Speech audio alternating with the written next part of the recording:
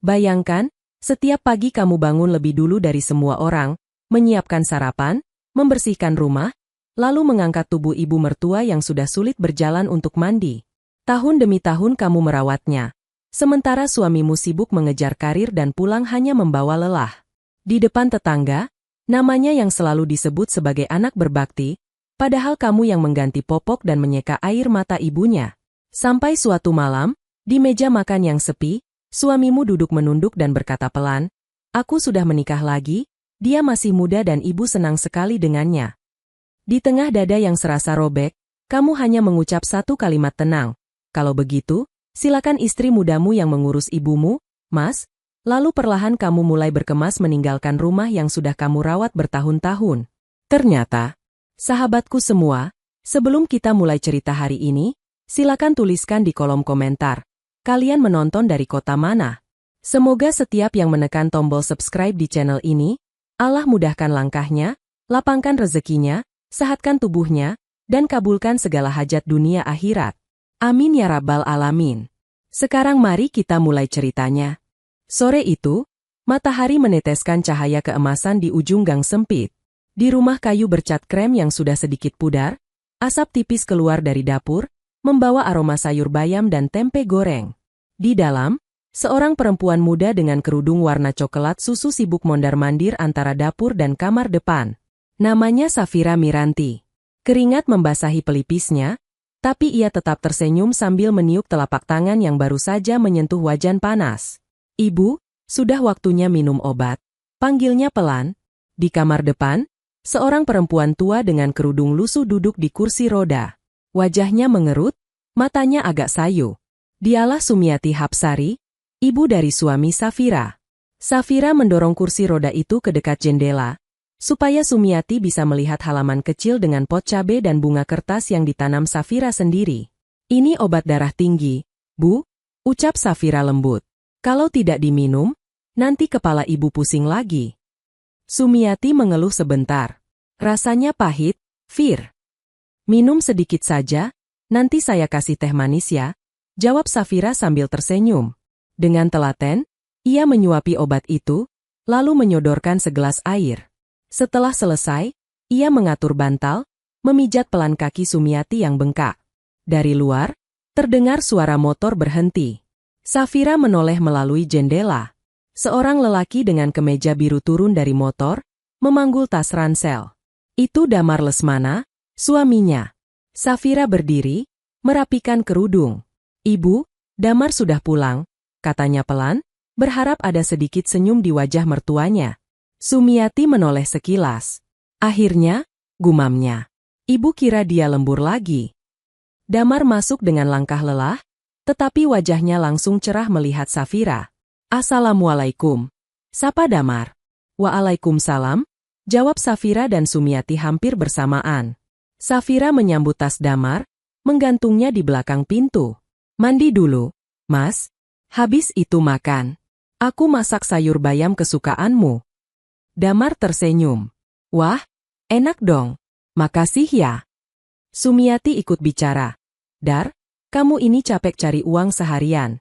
Ibu kalau bukan karena kamu, entah dirawat siapa." Safira tertegun sejenak. Kata-kata itu sudah berkali-kali ia dengar. Padahal setiap hari, yang memandikan, mengganti popok, mengangkat tubuh Sumiati ke kursi roda, adalah dirinya. Damar memang mencari nafkah, tapi hampir tidak pernah menyentuh pekerjaan perawatan ibunya. Namun Safira hanya menunduk, tersenyum kecil. "Iya Bu, Damar memang anak yang baik," katanya, seakan membenarkan. Malam itu, setelah makan dan sholat berjamaah, Damar duduk di ruang tamu menonton berita. Safira di dapur mencuci piring, sementara Sumiati sudah tertidur. Dari sela suara televisi, terdengar suara azan Isya dari musala ujung gang. Safira selesai mencuci piring, menyeka tangannya, lalu duduk di samping Damar. "Mas, gimana kerjaan di kantor hari ini?" tanyanya. Damar menghela napas. "Biasa saja. Tapi kata kepala bagian, 3 bulan lagi mungkin ada promosi.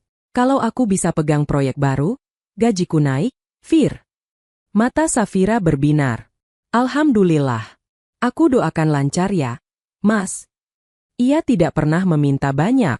Di kepalanya, promosi berarti bisa menambah uang untuk beli kasur baru, atau menabung sedikit demi sedikit buat masa depan. Hidup teratur, sederhana, tapi cukup. Sebelum tidur, Safira memijat kaki Damar sebentar. Damar tertidur cepat, mendengkur halus. Safira memandang wajah suaminya lama-lama. Di sela lelah, ada garis-garis tanggung jawab yang ia kagumi. Di atas kasur busa yang sudah agak kempes itu, sambil menatap plafon yang catnya mengelupas di satu sisi, Safira berdoa pelan. Ya Allah, cukupkan kami dengan rezeki yang halal. Jadikan aku istri yang tidak banyak menuntut, dan menantu yang bisa mengurus ibu mertua dengan ikhlas. Kalau ada ujian, jangan biarkan kami saling meninggalkan.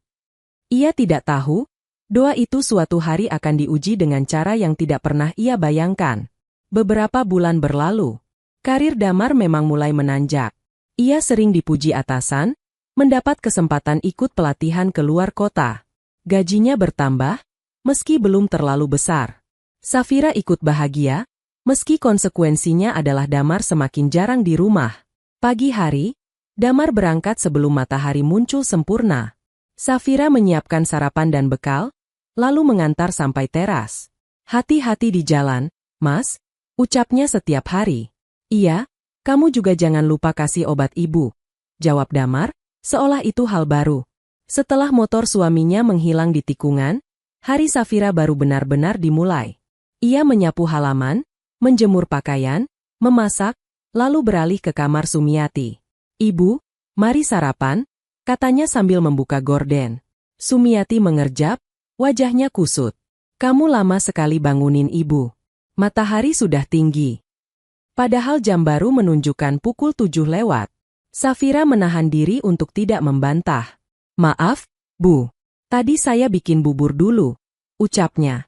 Sejak pagi itu, kata maaf menjadi salah satu kata yang paling sering keluar dari mulut Safira. Bukan karena ia banyak salah, tetapi karena segala sesuatu yang tidak sesuai keinginan Sumiati dianggap kekeliruan. Pernah suatu pagi, Safira menjemur pakaian lebih siang karena harus membawa Sumiati ke puskesmas lebih dulu. Ketika pulang, ia langsung menuju jemuran sambil mengusap peluh. Sumiati yang duduk di kursi roda mengomel. Kalau menantu yang rajin, jemurannya sudah dari tadi. Ibu malu kalau tetangga lihat pakaian kita masih numpuk setelah matahari naik. Safira menunduk.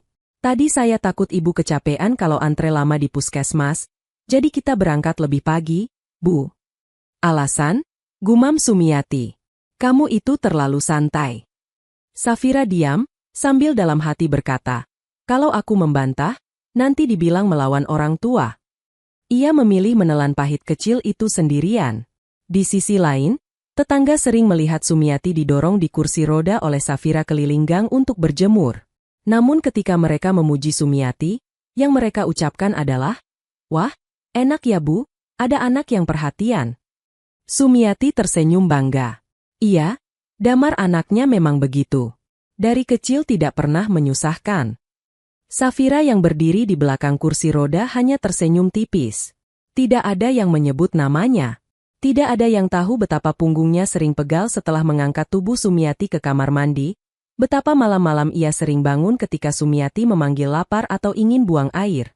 Suatu siang, Safira sedang menggoreng tempe ketika Sumiati memanggil dari kamar. Fir, air minumnya habis. Sebentar ya Bu, saya matikan kompor dulu. Safira mematikan api sebentar, menuang air ke gelas, lalu membawanya. Ternyata Sumiati sudah tampak sebal. Ibu panggil dari tadi, kamu tidak dengar, ya? Suaranya meninggi. Maaf, Bu, tadi saya takut tempe gosong, jawab Safira.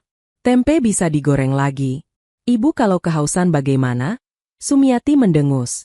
Kamu pikir ibu ini barang? Perkataan itu menancap di hati Safira.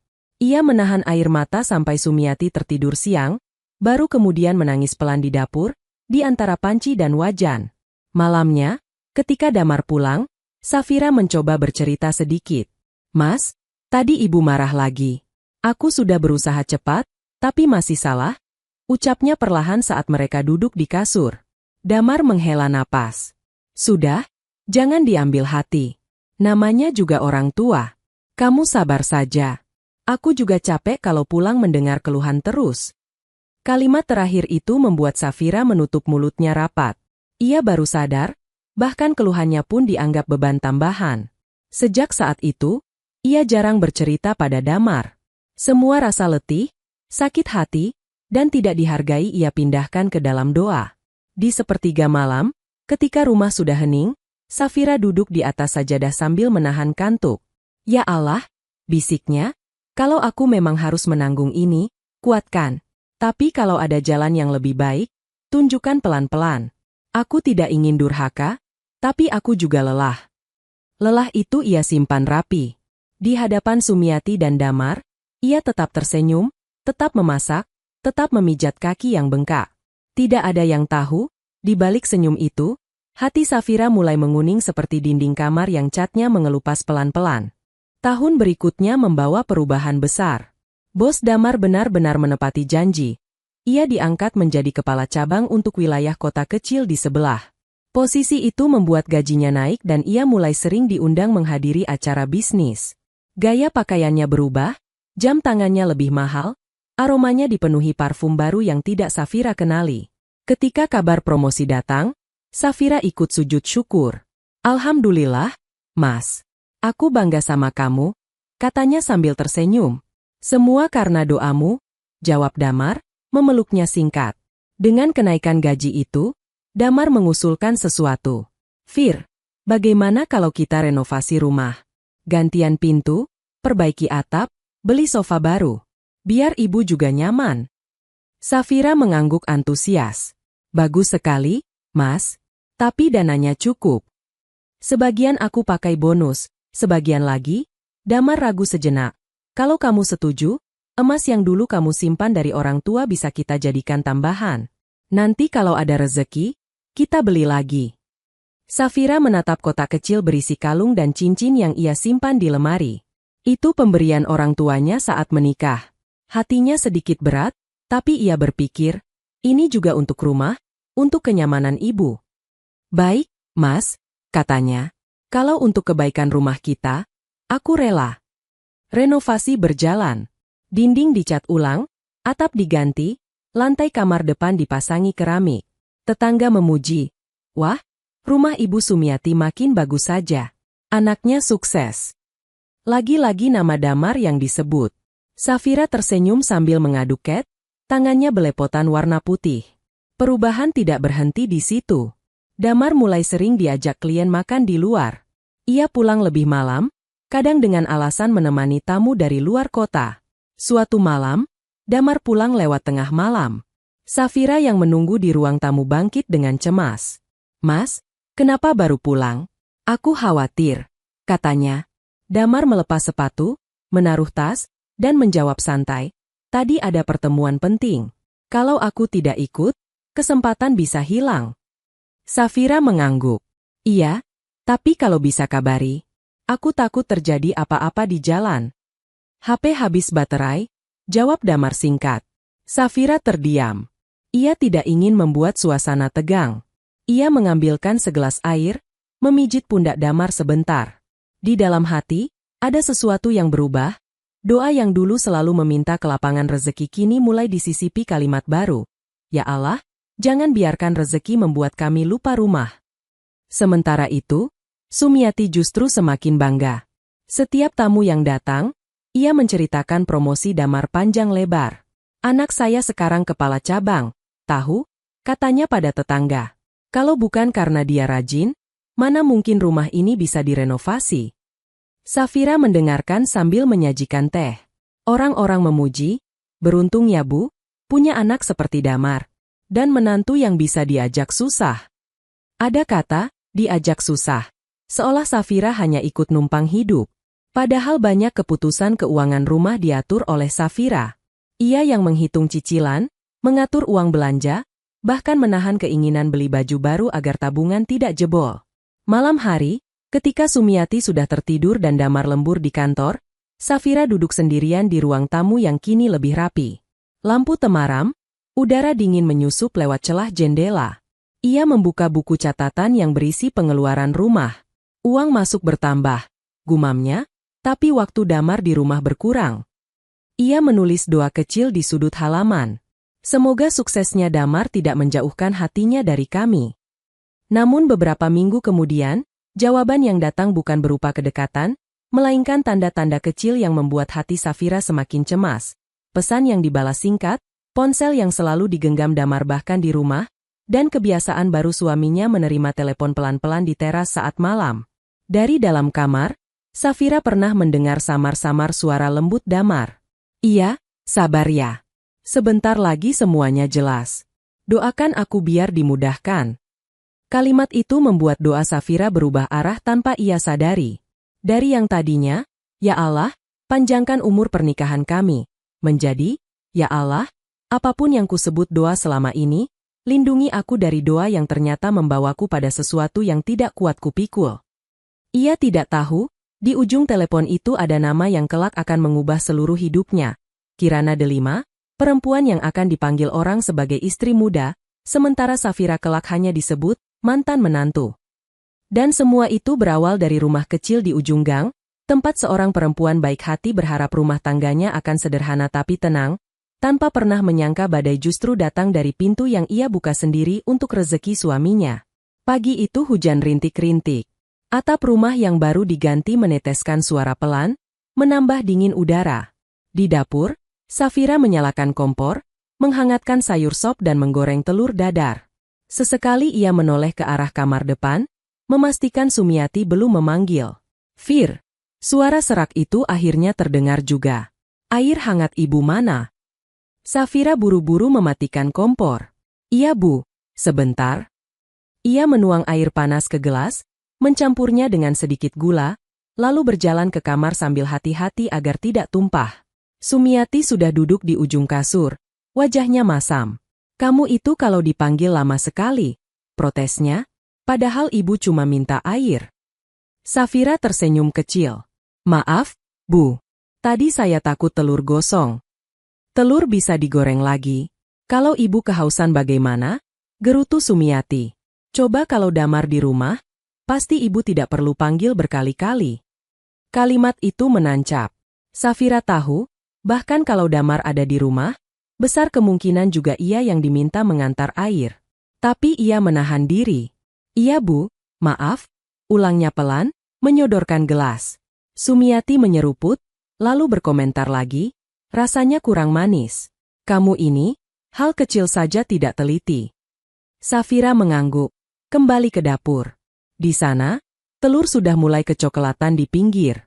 Ia menghela napas panjang, mengaduk perlahan. Ada keinginan kuat untuk sekadar duduk dan diam, tapi daftar tugas di kepalanya terlalu panjang. Sambil menggoreng, ia mendengar suara tetangga lewat di depan rumah. Bu Sumiati hebat ya, kata seseorang di luar. Sakit tapi rumahnya tetap keurus. Anaknya pasti rajin. Safira tersenyum pahit. Dari balik dinding, ia bisa membayangkan Sumiati mengangguk bangga, menceritakan karir Damar, menyebut renovasi rumah, namun jarang sekali menyinggung tentang menantu yang ada di dapur sejak subuh. Siang harinya, saat Safira menjemur pakaian, tiba-tiba Sumiati memanggil lagi. Fir, kenapa baju Damar ada yang mulai pudar? Kamu pakai deterjen apa sih? Safira menoleh dari halaman. Saya pakai deterjen biasa, Bu. Mungkin karena sering dipakai ke kantor, kena keringat dan debu. Alasan saja, gerutu Sumiati. Kamu itu kalau mencuci jangan buru-buru. Baju itu harga diri suami. Kalau lusuh, bagaimana di kantor? Safira menggigit bibir, menahan komentar bahwa gaji Damar sebenarnya cukup untuk membeli beberapa kemeja baru, hanya saja lebih sering dipakai untuk hal-hal yang tidak pernah jelas kemana perginya. Namun ia memilih diam, menyimpan segala sesuatu di ruang paling dalam. Malam tiba. Damar belum pulang juga. Jam menunjukkan pukul 11 lewat. Safira duduk di ruang tamu, ponsel di tangan, menatap pintu. Sumiati di kamar sesekali bertanya, Damar belum pulang. Belum, Bu. Mungkin lembur, jawab Safira, padahal di dadanya ada kecemasan lain. Ketika akhirnya motor terdengar berhenti di depan rumah, Safira spontan berdiri. Damar masuk dengan wajah lelah, tapi aromanya wangi, pakaian rapi. Safira menyambutnya. Mas, capek. Sini aku siapkan makan. Tidak usah, jawab Damar, meletakkan tas. Tadi sudah makan di luar bersama klien. Oh, Safira mengangguk, menyembunyikan rasa kecewa. Ia sudah menyiapkan ayam goreng dan sambal kesukaan Damar, kini harus ia simpan kembali. Sumiati memanggil dari kamar.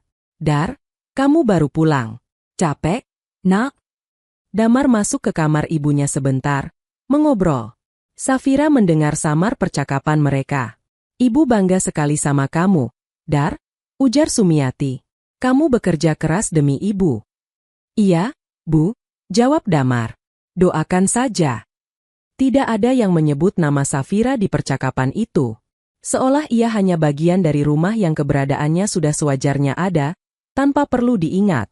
Malam itu, sebelum tidur, Safira menatap telapak tangannya yang mulai kapalan di beberapa bagian. Ia berbisik pada dirinya sendiri. Aku tidak apa-apa jadi tidak terlihat, asal Allah melihat. Namun pelan-pelan, kalimat itu mulai terasa lebih seperti penghiburan darurat daripada keyakinan utuh. Berbulan-bulan setelah promosi, pola baru mulai terbentuk. Setiap malam, setelah makan dan berbincang sebentar, Damar membawa ponselnya ke teras. Ia duduk di kursi plastik, menatap jalan gelap, dan berbicara dengan suara yang ditekan rendah.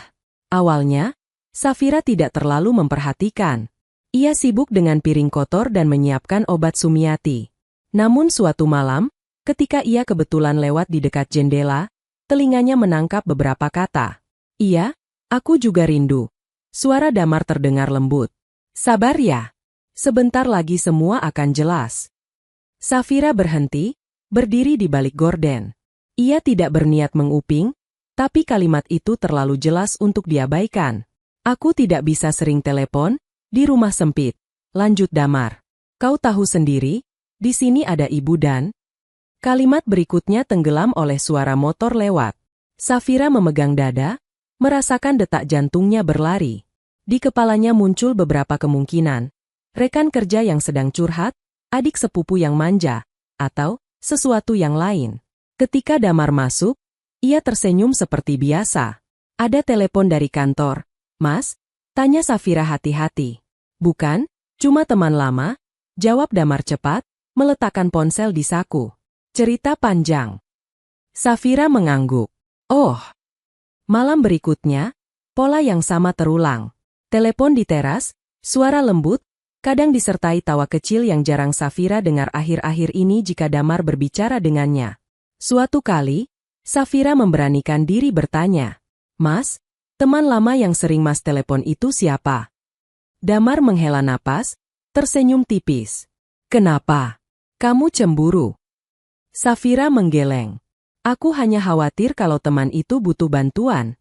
Aku kan istrimu, kalau ada yang bisa kubantu, aku ingin tahu. Ini urusan kantor, potong Damar, suara sedikit mengeras. Kamu tidak perlu pusing. Kamu fokus saja urus ibu. Safira mengangguk, menelan penjelasan itu dengan getir. Ia mundur selangkah. Dari hari ke hari, ponsel Damar seolah menjadi dinding baru di antara mereka. Suatu malam, Safira tidak sengaja melihat nama kontak yang muncul di layar ponsel Damar yang ditinggal sebentar di meja saat ia ke kamar mandi. Nama itu, Kirana D. Hatinya berdesir. Ia tidak mengenal nama itu di lingkaran keluarga atau teman Damar. Sebelum sempat membaca lebih jauh, Damar sudah kembali dan meraih ponselnya. Ada yang telepon? Tanya Safira. Tidak, cuma notifikasi grup, jawab Damar, buru-buru mengunci layar. Sejak itu, nama Kirana berputar-putar di kepala Safira. Dalam doa malamnya, ia berkata, Ya Allah, kalau Kirana ini hanya saudara seiman yang butuh bantuan, luruskan hatiku agar tidak suuzon. Tapi kalau ada yang aku perlu tahu, jangan biarkan aku buta terlalu lama. Jawaban doa itu datang tidak langsung, melainkan melalui sebuah percakapan yang bahkan tidak ditujukan kepadanya. Suatu malam, Damar pulang lebih awal dari biasanya. Wajahnya tegang, langkahnya berat. Safira yang sedang menyiapkan makan malam merasa ada yang berbeda. Mas, tidak lembur? Tanyanya.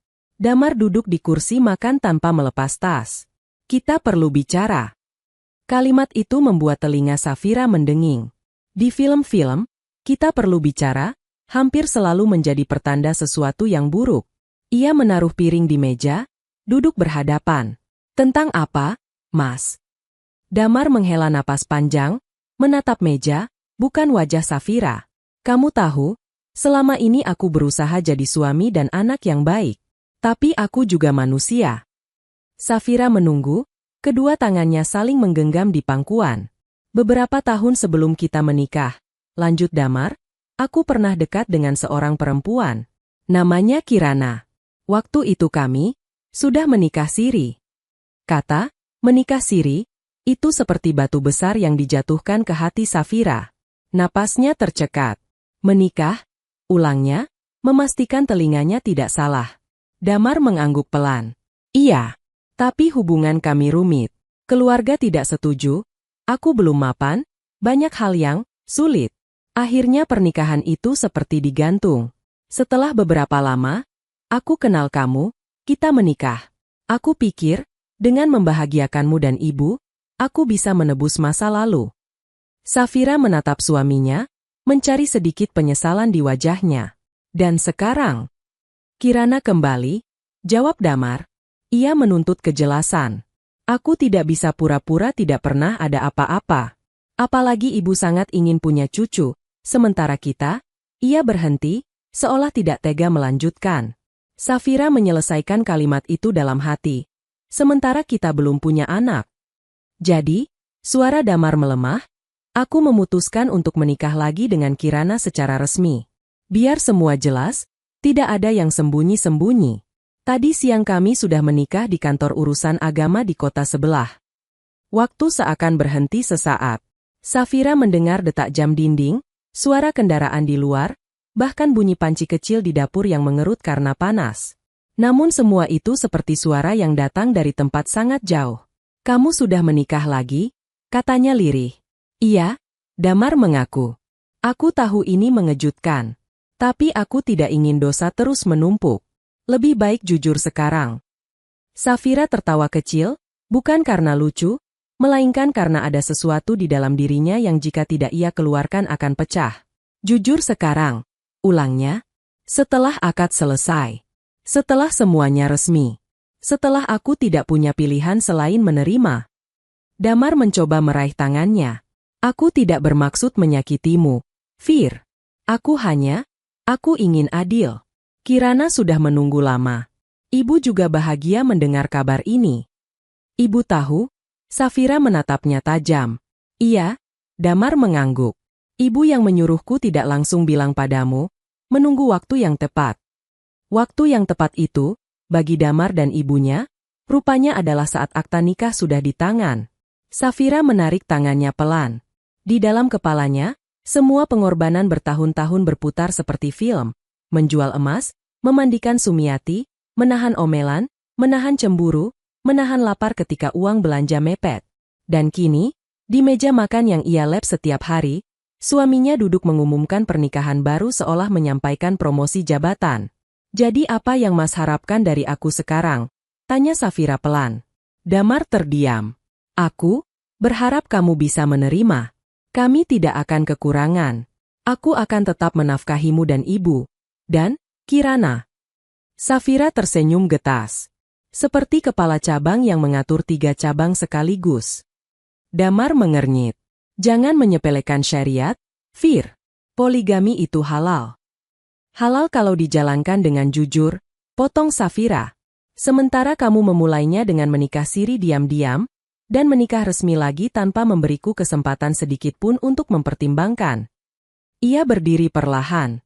Damar mengira Safira akan menangis histeris atau membanting piring. Namun yang terjadi justru sebaliknya. Safira berjalan ke dapur, mengambil napas panjang, lalu kembali dengan tatapan yang sudah tidak sama. Kalimat yang keluar dari mulutnya setelah itu akan ia ingat seumur hidup. Safira berdiri di antara Damar dan dapur, tangan masih sedikit gemetar, tapi suaranya stabil. Baik, Mas, ucapnya. Kalau memang itu pilihanmu, aku tidak bisa membatalkan akad yang sudah terjadi. Damar menghela napas lega, mengira Safira mulai menerima. Jadi kamu mengerti. Safira menatapnya lurus. Aku tidak bilang mengerti. Aku cuma bilang tidak bisa membatalkan. Ada hal lain yang bisa kulakukan. Apa? Damar mengerutkan kening. Safira menarik kursi dan duduk kembali, kali ini punggungnya tegak. Selama ini, aku mengurus rumah ini, memasak prasmanan untuk setiap tamu, dan yang paling utama, aku merawat ibumu yang sakit.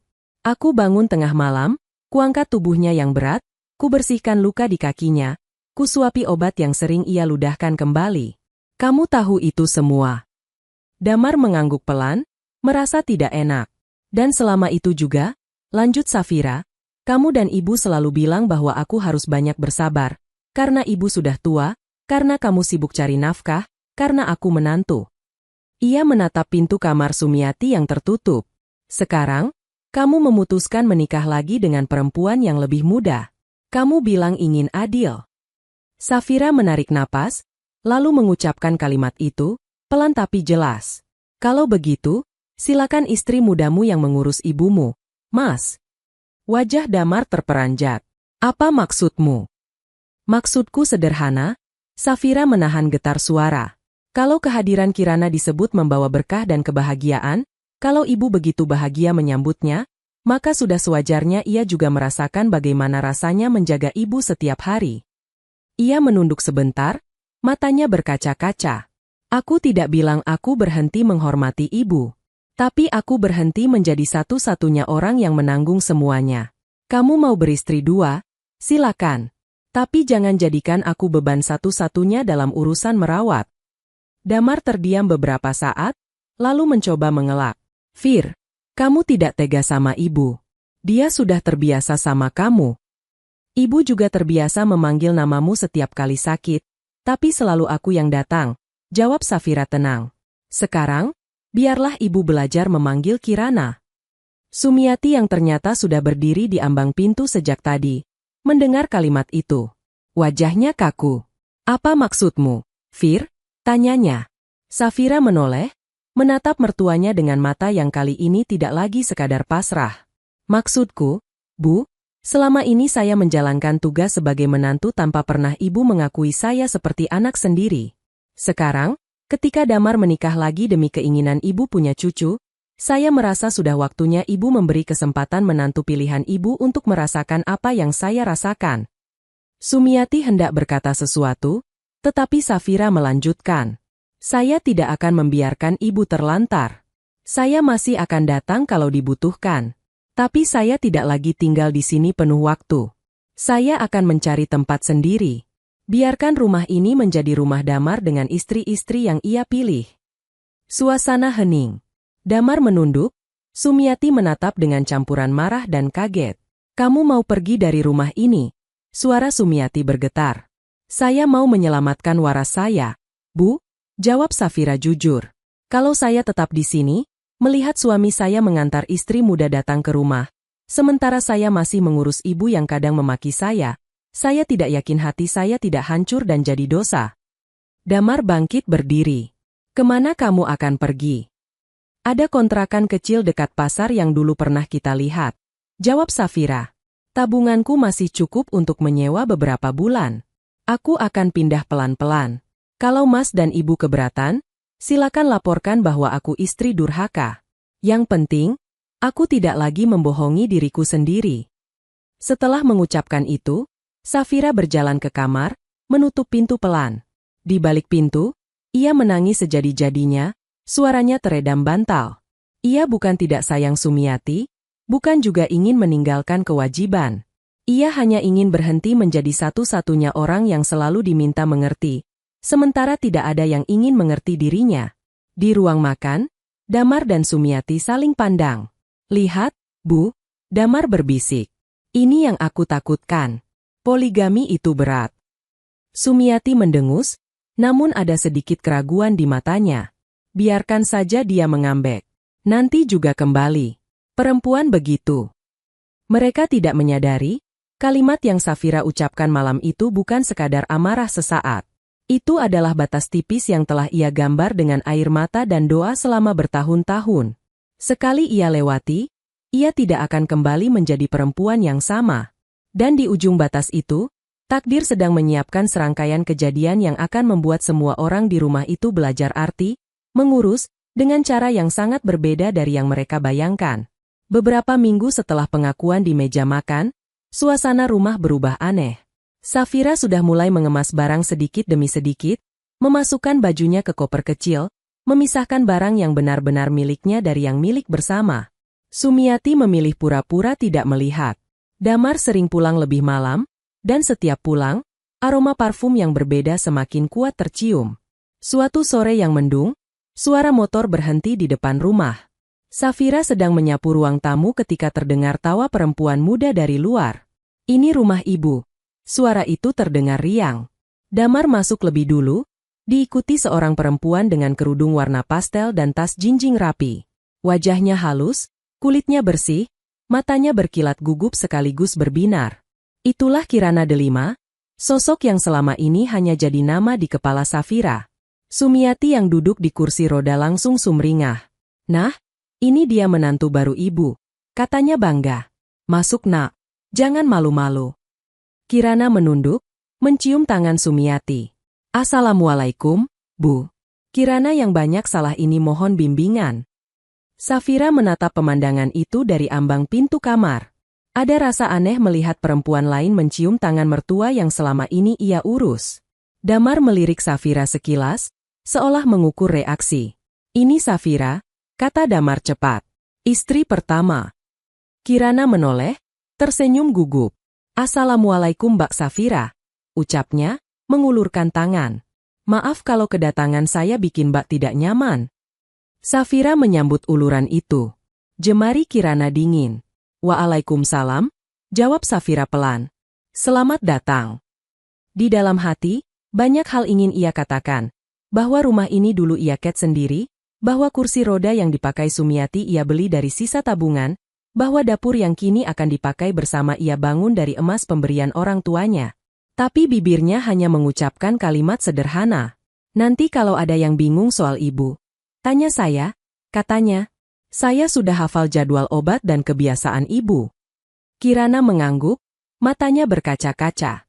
Ia seperti tidak menduga sambutan Safira akan setenang itu. Malam itu, Damar sibuk mengatur kamar belakang untuk Kirana. Safira menghabiskan waktu di kamar kecilnya, menata koper. Sumiati di ruang tengah bercerita panjang lebar pada Kirana tentang masa kecil Damar, promosi kerjanya, dan bagaimana ia berharap Kirana segera memberinya cucu.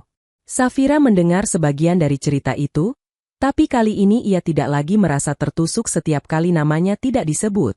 Rasanya lebih seperti menonton drama yang pelan-pelan tidak lagi melibatkan dirinya. Sebelum tidur, ia menulis catatan singkat di meja dapur, jadwal minum obat Sumiati, menu makanan yang disarankan dokter, dan nomor telepon puskesmas. Di bawahnya, ia menulis kalimat kecil. Kalau suatu saat merasa berat, tarik napas dulu, lalu minta tolong. Tidak apa-apa merasa kewalahan. Ia tidak tahu catatan itu akan dibaca siapa. Tapi menuliskannya membuat dadanya sedikit lega. Hari-hari pertama, semuanya tampak berjalan baik di permukaan. Kirana rajin membantu di dapur, belajar memasak dari Safira sebelum Safira benar-benar pindah. Sumiati memuji. "Lihat, Fir," kata Sumiati suatu pagi. "Kirana cepat sekali belajar. Ya?" Tangan mudanya ringan. Safira tersenyum. "Iya Bu, alhamdulillah." Namun pelan-pelan, perbedaan mulai terasa. Kirana terbiasa hidup di rumah kontrakan kecil bersama ibunya yang masih sehat. Merawat tubuh renta, mengganti popok, mengangkat dari tempat tidur ke kursi roda, adalah hal baru baginya. Suatu malam, sekitar jam 2, Sumiati memanggil dari kamar. "Fir, Fir." Suaranya serak. Safira yang tidur di kamar kecil dekat dapur terbangun refleks, seperti bertahun-tahun sebelumnya. Tapi ia menahan diri, mengingat keputusannya. Sekarang ada Kirana, batinnya, biarkan ia belajar. Benar saja, beberapa detik kemudian terdengar suara langkah tergesa dan suara Kirana yang masih serak mengantuk. "Iya Bu, ini Kirana." "Ibu pipis," keluh Sumiati. Kirana mencoba mengangkat Sumiati pelan, tapi tubuh tua itu lebih berat dari yang ia kira. Tangannya gemetar, keringat dingin muncul meski udara malam dingin. Safira mendengar bunyi kursi roda yang terantuk meja kecil, lalu helaan napas lelah. Pagi harinya, di dapur, Kirana datang dengan mata sembab. Safira yang sedang membuat teh menatapnya. "Tidurmu tidak nyenyak?" tanya Safira lembut. Kirana mengangguk, tersenyum pahit. "Ibu beberapa kali bangun. Aku takut salah angkat, takut jatuh." Safira menuang teh ke gelas, menyodorkannya. "Kalau ibu minta ke kamar mandi, usahakan jangan panik. Tarik napas dulu, baru angkat pelan-pelan. Kalau sudah tidak sanggup, bilang ke Damar. Dia tetap anak kandung." Kirana menunduk. "Damar sedang ada proyek, jarang di rumah malam. Kadang aku tidak tega ganggu." Safira terdiam sejenak. "Kalau begitu, jangan segan minta bantuan tetangga. Jangan semuanya ditahan." Hari-hari berlalu. Safira semakin sering keluar rumah untuk mengurus kontrakan baru, mengurus pekerjaan paruh waktu yang mulai ia ambil kembali. Waktu di rumah mertua berkurang. Kirana kini lebih sering sendirian dengan Sumiati. Tekanan dari Sumiati mulai terasa. Ia mulai membanding-bandingkan. "Safira dulu kalau memasak tidak lama seperti ini," komentar Sumiati suatu siang ketika Kirana terlambat menyajikan makan. "Maaf Bu, tadi air belum mendidih," jawab Kirana. "Kamu juga kalau memandikan ibu jangan terlalu lama. Air cepat dingin, ibu masuk angin," omelnya lagi. Kirana tersenyum kaku, menahan lelah. Setelah Sumiati tidur siang, ia duduk di dapur sambil memegang kepala. Safira yang kebetulan datang mengambil beberapa barang melihatnya. "Kamu pusing?" tanya Safira. "Sedikit, Mbak," jawab Kirana jujur. "Ternyata tidak mudah." "Ya, aku pikir, selama ini ibu mungkin lebay saat cerita ke aku tentang capeknya Safira. Ternyata, mungkin ibu yang lupa cerita lengkap." Safira hanya tersenyum. Semua orang baru tahu rasa kalau sudah mencicipi sendiri. Ia tidak menambahkan, "Aku mencicipi rasa itu bertahun-tahun." Ia tahu, lebih baik pengalaman itu yang bicara, bukan lidahnya. Malam-malam berikutnya, panggilan Sumiati, omelan, dan pekerjaan rumah yang tidak ada habisnya membuat wajah Kirana semakin pucat. Damar tetap sibuk, sesekali pulang membawa buah tangan, lalu tidur cepat karena lelah. Jika Kirana mengeluh sedikit, Damar akan berkata, "Sabarlah, kamu kan masih muda, tenagamu kuat." Di tempat kontrakan kecilnya, Safira tidur tanpa harus bangun berkali-kali. Namun setiap kali jam menunjukkan pukul 2 atau 3, tubuhnya terbiasa ingin bangun. Ia memandang atap kontrakan, memikirkan ibu mertua yang mungkin sedang memanggil nama. Ada perasaan bersalah kecil, tapi ia mengingat kalimatnya sendiri. "Aku tidak bisa menolong orang lain kalau diriku sendiri habis." Suatu sore, ia menerima pesan singkat dari nomor yang ia kenal sebagai milik Kirana. "Mbak, besok aku kontrolkan ibu ke puskesmas. Aku boleh minta tolong temani? Aku takut salah urus obat." Safira menatap pesan itu lama, lalu membalas singkat, "Insya Allah, besok aku datang." Ia tidak sedang kembali menjadi penolong utama. Ia hanya hadir sebagai orang yang pernah bertahan di posisi itu dan tahu betapa menakutkannya merasa sendiri. Perguliran hari membawa tubuh tua Sumiati pada titik yang lebih rapuh. Dokter puskesmas memperingatkan, jaga makan, jangan telat obat. Kalau sesak, jangan tunggu lama, langsung bawa ke rumah sakit. Safira menekankan hal itu pada Kirana. Kalau ibu mengeluh dada berat, jangan cuma dioles minyak. Segera telepon ambulans atau tetangga yang punya mobil. Suatu malam, hujan turun deras. Angin bertiup kencang, membuat jendela berderak. Listrik sempat berkedip, membuat rumah terasa lebih mencekam. Damar sedang dinas luar kota 2 hari, sehingga di rumah hanya Sumiati dan Kirana. Sekitar pukul 1 dini hari, Sumiati terbangun dengan napas tersengal. "Rana, dada ibu sakit," rintihnya. Kirana yang tertidur lelap di kasur lantai di samping tempat tidur langsung bangun. Panik. Ia menggenggam tangan Sumiati yang dingin. "Ibu tenang, ya," katanya gemetar. "Ini Kirana." Napas Sumiati makin berat. Kirana mencoba mengingat pesan dokter, namun kepalanya kosong. Ia meraba ponsel, tangan gemetar, mencoba menekan nomor Damar. Tidak aktif. Ia mencoba menelpon tetangga, tapi sinyal buruk karena hujan deras. "Ya Allah, Aku harus bagaimana? Desisnya.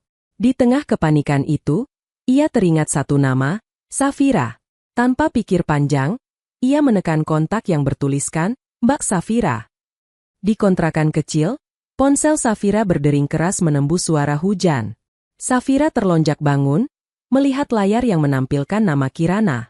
Hatinya langsung dicekam firasat buruk. Halo? Suaranya serak. Mbak, maaf, ibu sesak, napasnya berat sekali. Aku takut. Suara Kirana terdengar terputus-putus di antara tangis dan suara hujan. Safira langsung bangun, meraih kerudung dan jaket. Tenang, Rana. Kamu taruh ibu dalam posisi setengah duduk, bantal agak tinggi. Longgarkan kerudung dan bajunya. Aku ke sana sekarang. Jangan panik. Tanpa menunggu jawaban, Safira bergegas keluar rumah, menembus hujan dengan payung kecil. Jarak kontrakan ke rumah mertua tidak terlalu jauh, tapi di bawah hujan lebat, langkahnya terasa panjang. Sesampainya di sana, ia mendapati Kirana duduk di tepi ranjang sambil menangis. Sumiati terengah-engah dengan mata memejam. Ibu, Safira memegang bahu Sumiati. Ini saya, Safira. Sumiati membuka mata sedikit. Fir, suaranya nyaris tak terdengar. Safira bergerak cepat. Ia mengatur posisi Sumiati, memeriksa napas, lalu menoleh ke Kirana. Rana, ambil plastik obat ibu. Kita harus tahu obat mana yang boleh diminum sekarang. Habis itu kamu tolong telepon ambulans atau minta tetangga pakai mobil. Ibu harus dibawa ke rumah sakit, tidak bisa ditahan di sini. Kirana mengangguk, menghapus air mata, bergerak mengikuti instruksi. Untuk beberapa menit, rumah kecil itu menjadi medan darurat. Safira, yang dulu memutuskan menjauh demi menjaga kesehatan mental, kini kembali ke tengah badai demi kesehatan fisik orang yang pernah ia rawat. Ambulans akhirnya datang setelah tetangga membantu menelepon. Safira ikut naik, duduk di samping Sumiati sambil menggenggam tangannya. Kirana duduk di ujung lain, masih menangis pelan. Di dalam ambulans, di tengah suara sirine, Sumiati memandang lemah ke arah Safira. Masih, mau, urus ibu, katanya terpatah. Safira tersenyum, meski matanya berkaca-kaca. Ini bukan soal mau atau tidak, Bu. Ini soal manusia menolong manusia. Nanti kita bicara lagi kalau ibu sudah bisa napas lega. Di ruang gawat darurat rumah sakit, dokter dan perawat bergerak cepat. Sumiati diberi oksigen, diperiksa tekanan darah dan rekam jantung. Safira dan Kirana menunggu di luar dengan pakaian basah karena hujan. Jam dinding menunjukkan pukul 3 dini hari. Kirana duduk sambil menggenggam kain jilbab, bahunya berguncang. Safira duduk di sampingnya, diam. Beberapa menit berlalu tanpa kata. Akhirnya, Kirana memecah hening. Mbak, suaranya pelan, kalau tadi Mbak tidak datang, aku tidak tahu harus bagaimana. Aku panik, tanganku gemetar semua. Safira menoleh, menatap wajah muda itu yang kini tampak jauh dari bayangan, saingan, yang ia bentuk di kepalanya. Yang terlihat hanyalah seorang perempuan yang ketakutan. Wajarlah panik, jawab Safira lembut. Tidak ada yang siap pertama kali menghadapi orang yang kita sayang sesak napas di depan mata.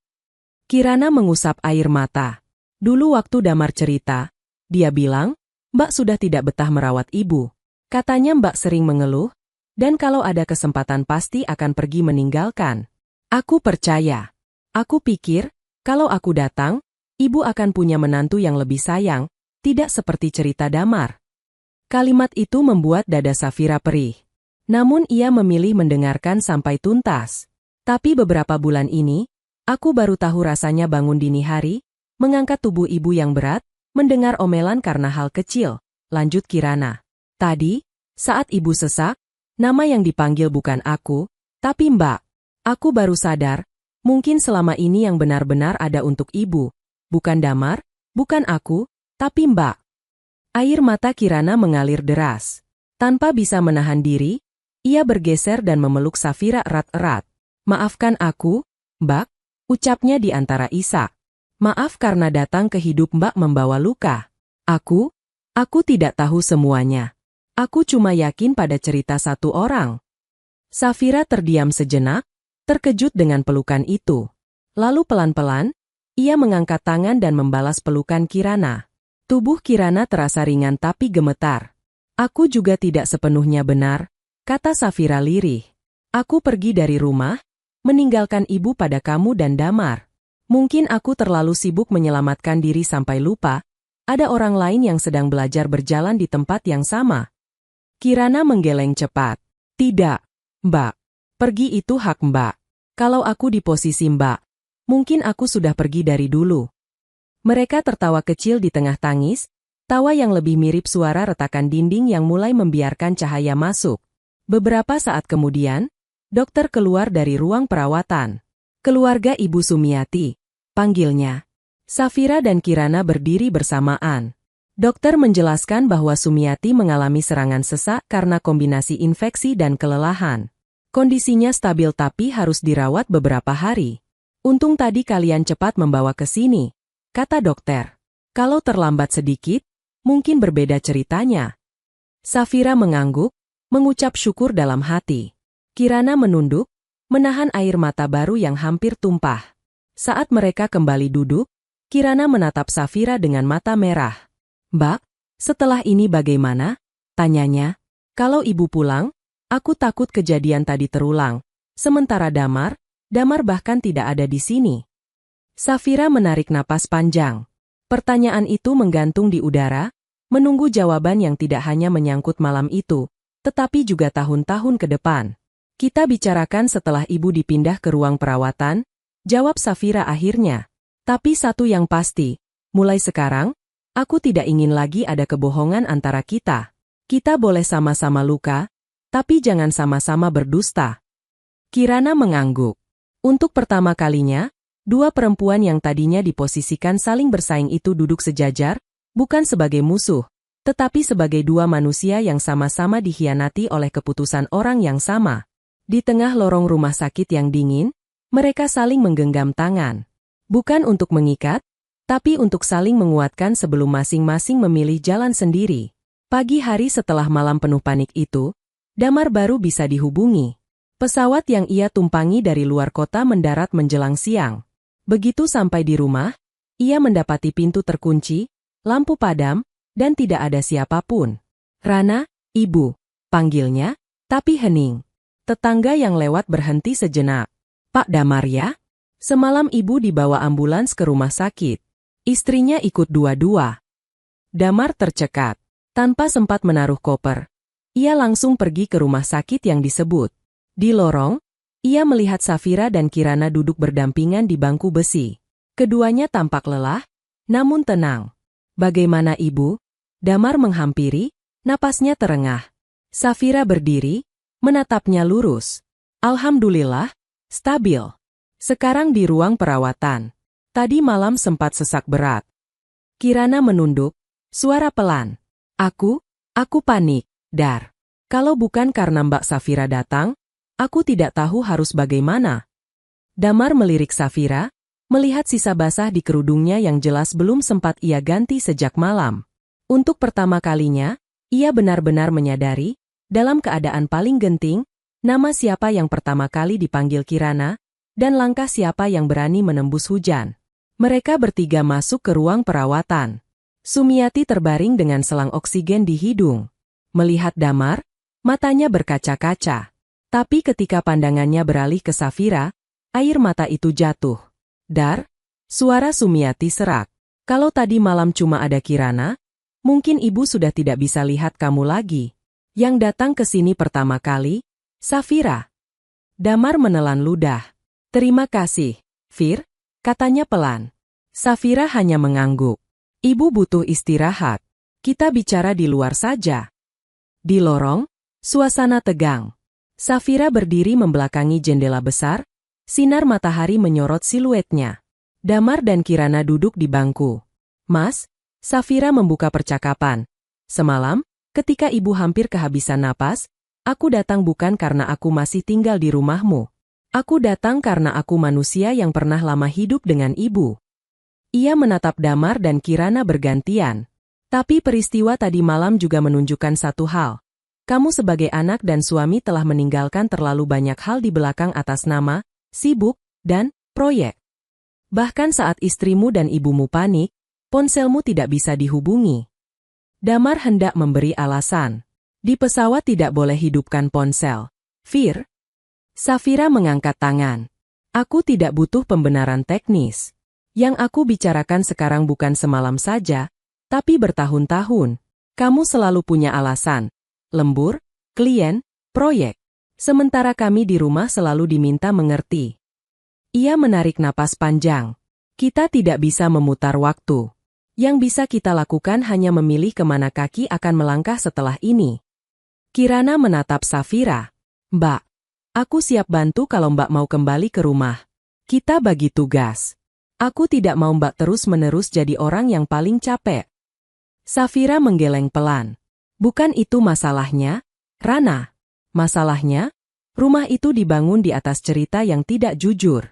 Selama Damar masih menganggap kami berdua harus terus mengerti, sementara ia sendiri tidak mau jujur pada dirinya dan keluarganya, aku tidak bisa tinggal di dalamnya. Damar menarik napas, menahan emosi. Jadi kamu mau apa?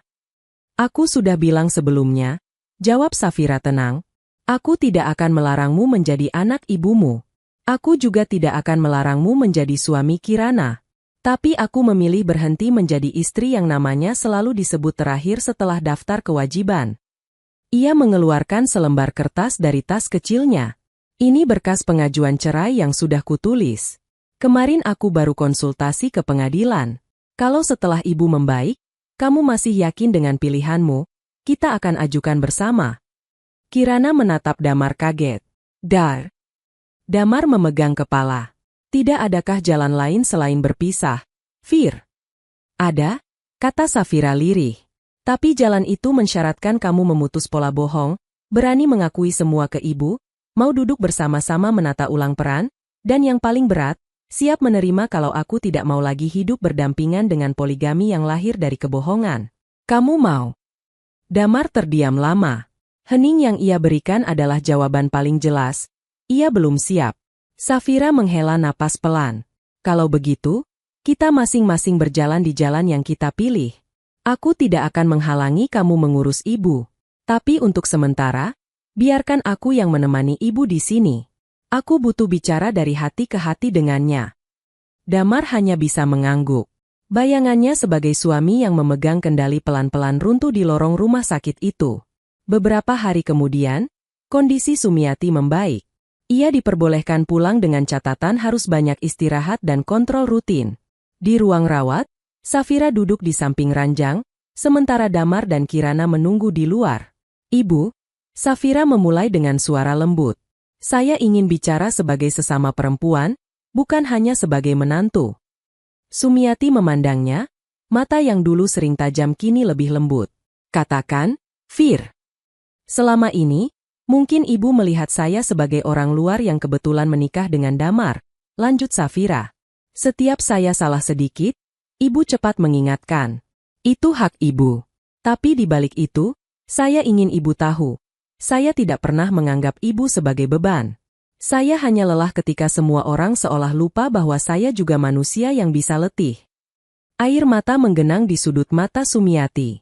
Kemarin, saat ibu sesak, ibu memanggil nama saya. Safira melanjutkan. Itu membuat saya sadar, di hatinya yang paling dalam, ibu sebenarnya tahu siapa yang selama ini ada. Sumiati menutup wajah sebentar. Ibu terlalu banyak berharap pada Damar. Ibu ingin dia tampak sempurna di mata orang. Mungkin karena itu ibu sering menekanmu, supaya rumah ini selalu terlihat rapi, supaya semua orang memuji anak ibu.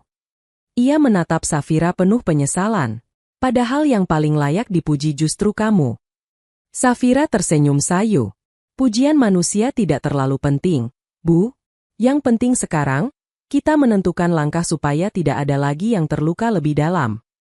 Ia menghela napas. Saya akan bercerai dari Damar kalau prosesnya sudah dimulai nanti. Saya tidak meminta ibu memihak siapapun. Tapi saya mohon, jangan lagi menyalahkan diri karena itu. Saya pergi bukan karena ibu tidak cukup baik, tapi karena Damar dan saya sudah tidak punya jalan sehat untuk berjalan bersama. Sumiati menggenggam tangan Safira erat, lebih erat dari yang pernah ia lakukan. Kalau kamu pergi, siapa yang urus ibu? Suaranya parau. Ibu masih punya Damar dan Kirana, jawab Safira. Tapi kalau ibu mau, saya ingin menawarkan sesuatu. Sumiati menatapnya bingung. Saya sudah menyewa kontrakan yang lebih besar sedikit dari tempat saya sekarang, kata Safira. Di sana saya berencana membuka jasa perawatan lansia rumahan. Kalau ibu ingin, ibu bisa tinggal dengan saya sementara. Damar dan Kirana boleh sering menjenguk. Tapi keputusan sepenuhnya di tangan ibu. Sumiati terdiam lama. Di satu sisi, ia tidak ingin meninggalkan rumah yang ia tempati puluhan tahun. Di sisi lain, ia tidak bisa memungkiri rasa hangat setiap kali Safira berada di dekatnya. Kalau ibu ikut kamu, nanti orang bilang apa? Gumamnya. Safira tersenyum lembut. Orang akan selalu punya bahan omongan, Bu. Yang penting, ibu merasa tenang. Kalau ibu lebih tenang di rumah lama, tinggal di sana. Kalau lebih tenang bersamaku, mari kita jalani pelan-pelan. Saya tidak memaksa. Beberapa hari setelah Sumiati pulang, keputusan itu akhirnya diambil. Bukan di tengah emosi, melainkan di ruang tamu yang tenang. Sumiati duduk di kursi roda. Di depannya, ada Damar, Kirana, dan Safira. Dar, Sumiati membuka suara. Ibu sudah pikirkan baik-baik. Ibu tidak bisa melarang Safira kalau ingin berpisah darimu. Itu kesalahanmu, bukan salah dia. Damar menunduk, menahan rasa bersalah yang menyesakkan. Tentang di mana ibu tinggal, lanjut Sumiati, ibu memilih ikut Safira dulu. Bukan karena ibu tidak sayang kalian, tapi karena ibu tidak sanggup kalau setiap hari melihat kalian ribut. Di samping Safira, ibu merasa aman. Kirana mengangguk pelan, air mata mengalir. Bu, kalau itu membuat ibu lebih tenang, saya ridha. Safira menatap Damar sejenak. Aku tidak mencabut hakmu sebagai anak. Kamu boleh datang kapan saja menjenguk ibu. Hanya saja, mulai hari ini, rumah lama tidak lagi menjadi pusat semuanya. Kita mulai bab baru di tempat yang lebih kecil tapi semoga lebih jujur. Proses cerai kemudian berjalan di pengadilan. Tidak ada teriakan, tidak ada drama berlebihan. Safira hadir dengan map rapi, Damar dengan wajah tertunduk. Hakim bertanya, apakah ibu Safira yakin ingin bercerai? Safira menjawab mantap, saya yakin ini jalan terbaik untuk menjaga hati dan iman saya. Ketika putusan dikabulkan, Safira keluar dari gedung pengadilan dengan langkah ringan meski mata basah. Damar menghampirinya. Fir, katanya lirih. Maafkan aku. Aku sudah memaafkanmu. Jawab Safira. Maafkan juga dirimu sendiri. Tapi ingat, maaf bukan tiket untuk mengulang pola yang sama. Mereka berjabat tangan untuk terakhir kali sebagai suami istri. Setelah itu, jalan hidup mereka berpisah. Beberapa tahun berlalu. Kontrakan yang dulu terasa asing kini berubah menjadi rumah kecil yang ramai. Di terasnya, Safira memasang papan sederhana. Layanan perawatan lansia harian dan inap oleh Safira Miranti. Di dalam, beberapa lansia duduk di kursi empuk, ditemani musik kasidah lembut dari radio. Ada yang sedang diajak latihan tangan, ada yang diajak bercerita masa muda. Sumiati duduk di dekat jendela, kerudungnya rapi, wajahnya lebih cerah daripada dulu. Ibu, minum dulu, kata Safira sambil menyodorkan gelas air hangat. Sumiati menerimanya dengan senyum. Kata ibu-ibu di sebelah, menantuku buka usaha hebat. Tapi ibu selalu bilang, dia bukan lagi sekadar menantu, dia malaikat yang Allah kirim buat akhir hidupku. Safira tertawa pelan.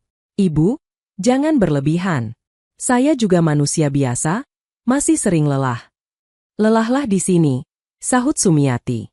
Bukan di rumah orang yang tidak tahu menghargai. Sesekali, Damar datang menjenguk dengan membawa buah tangan. Ia kini tinggal sendirian di rumah lama. Kirana setelah beberapa tahun memilih mengurus orang tuanya di kota lain, hubungan mereka berjalan dengan cara yang lebih sehat dan jujur. Setiap kali Damar datang, Safira menyambut sebagai kerabat, bukan lagi sebagai mantan luka. Suatu sore, seusai menutup layanan hari itu, Safira duduk di teras bersama Sumiati. Langit berwarna jingga, burung-burung pulang ke sarang. Di kejauhan terdengar suara anak-anak mengaji. Fir, kata Sumiati tiba-tiba. Kalau dulu ibu tidak keras kepala, mungkin kamu tidak harus melewati semua ini. Safira menggeleng. Kalau dulu semua baik-baik saja, mungkin saya tidak akan punya keberanian membuka tempat ini, Bu. Saya belajar banyak dari cara Ibu menua. Sekarang, saya bisa membantu bukan hanya Ibu, tapi juga orang tua lain. Ia menatap langit. Allah tidak salah dalam menaruh ujian. Kita saja yang sering salah menolak belajar. Sumiati mengangguk, mata berkaca-kaca. Yang penting, ujian itu tidak membuat kita jadi orang yang pahit. Alhamdulillah, sejauh ini saya masih bisa tertawa, jawab Safira, terkekeh kecil. Hari berganti. Usaha kecil Safira perlahan dikenal. Banyak anak yang sibuk bekerja tapi ingin orang tua mereka dirawat dengan penuh hormat memilih menitipkan ke tempatnya. Safira tidak hanya memberi makan dan obat, tetapi juga duduk mendengarkan cerita tua yang berulang-ulang tanpa bosan. Ia tahu, di setiap kerut dan suara parau, ada rasa takut ditinggalkan yang dulu sangat ia pahami. Suatu malam, setelah semua lansia tertidur, termasuk Sumiati, Safira duduk di sajadah, menatap lampu temaram. Ya Allah, doanya pelan, terima kasih Engkau selamatkan aku dari rumah tangga yang rapuh, walau dengan cara yang perih. Terima kasih Engkau tetap menjaga hatiku untuk tidak membalas dengan keburukan. Kalau masih ada sisa sombong dan sakit hati, tolong Engkau bersihkan. Di luar, hujan turun rintik-rintik, mengingatkan pada malam ketika ia dulu berlari ke rumah mertua di tengah badai. Kini, setiap rintik hujan membawa kenangan bukan sebagai luka, tapi sebagai titik balik. Cerita Safira bukan kisah tentang perempuan yang menang karena melihat lelaki yang menyakitinya jatuh. Bukan. Ia menang karena berani berhenti di tengah jalan yang menyesakan, kemudian memilih jalannya sendiri sambil tetap menjaga orang tua yang pernah ia anggap beban. Dan di rumah kecil yang dulu lahir dari keputusan berat itu, banyak hati tua menemukan tempat pulang terakhirnya dengan tenang. Di sanalah cerita ini berakhir. Pada seorang perempuan biasa yang akhirnya paham, kadang cara terbaik mencintai adalah dengan tidak lagi tinggal di tempat yang membuat cinta berubah menjadi penjara. Safira tidak lagi disebut hanya menantu, tapi rumah bagi mereka yang hampir lupa bagaimana rasanya dihargai.